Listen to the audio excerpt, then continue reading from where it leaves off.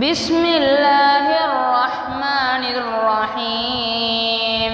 الرحمن علم القرآن خلق الإنسان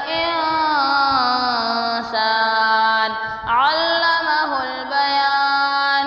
الشمس والقمر بحسبان والنجم والشجر يسجدان والسماء رفعها ووضع الميزان ألا تطغوا في الميزان وأقيموا الوزن بالقسط ولا تخسروا الميزان.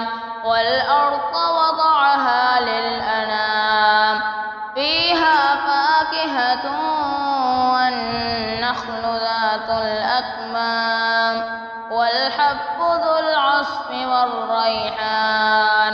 فبأي آلاء ربكما تكذبان؟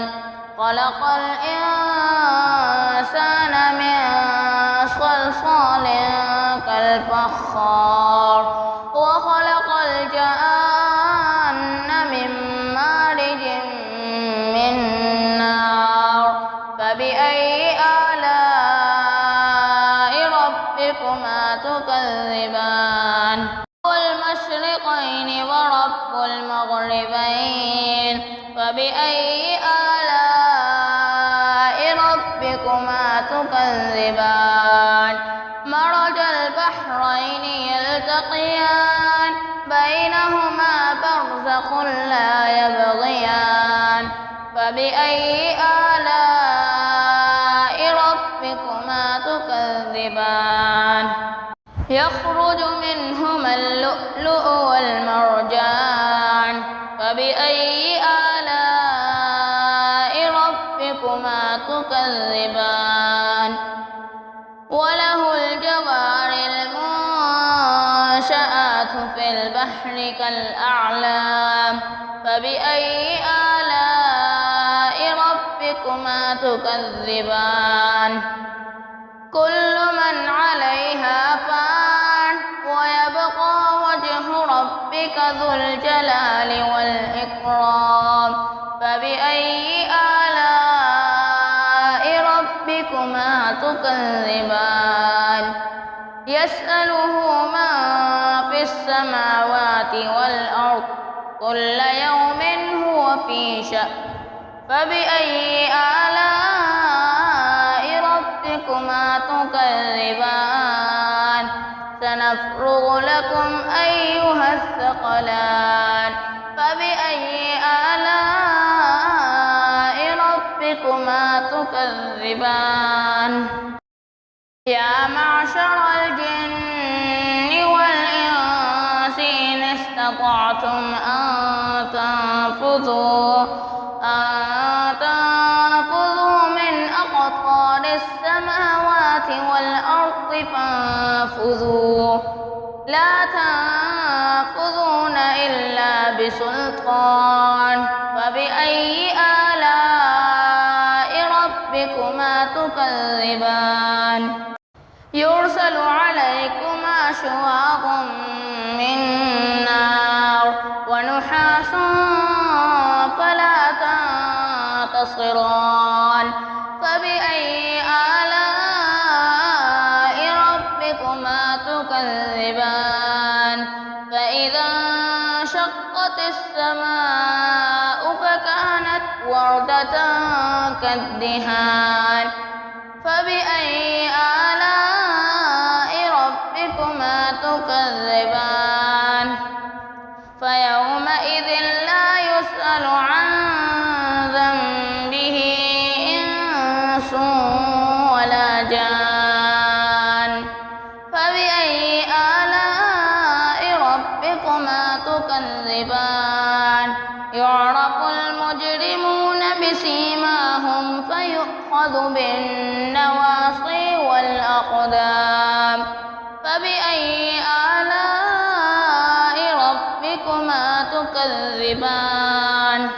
هذه جهنم التي يكذب بها المجرمون يطوف يطوفون بينها وبين حميم آن فبأي آلاء ربكما تكذبان ولمن خاف مقام ربه جنتان فبأي آلاء ربكما تكذبان ذواتا أفنان فبأي آلاء ربكما تكذبان فيهما عينان تجريان فبأي آلاء ربكما تكذبان فيهما من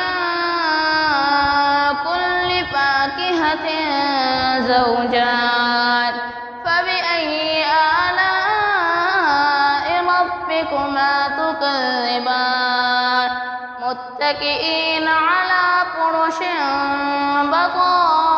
بطائنها من استبرق وجنى الجنتين دان فبأي آلاء ربكما تكذبان فيهن قاصرات الطرف لم يطمثهن إنس قبلهم ولا جان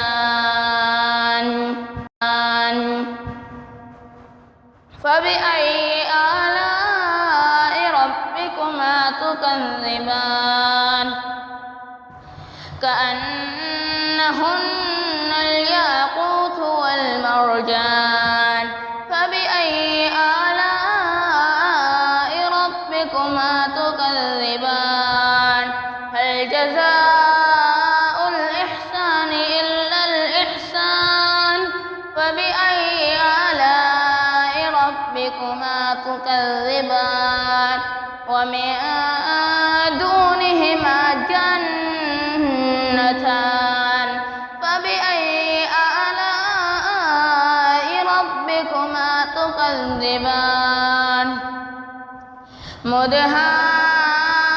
مدهامتان فبأي آلاء ربكما تكذبان فيهما عينان نضاختان فبأي آلاء ربكما تكذبان فيهما فاكهة ونخل ورمان فبأي آلاء ربكما تكذبان فيهن خيرات حسان فبأي آلاء ربكما تكذبان حور مقصورات في الخيام فبأي آلاء ربكما تكذبان لم يطمثهن إنس قبلهم ولا جان فبأي آلاء ربكما تكذبان متكئين على رفرف خضر وعبقري حسان فبأي آلاء ربكما تكذبان تبارك اسم ربك ذي الجلال والإكرام صدق الله العظيم.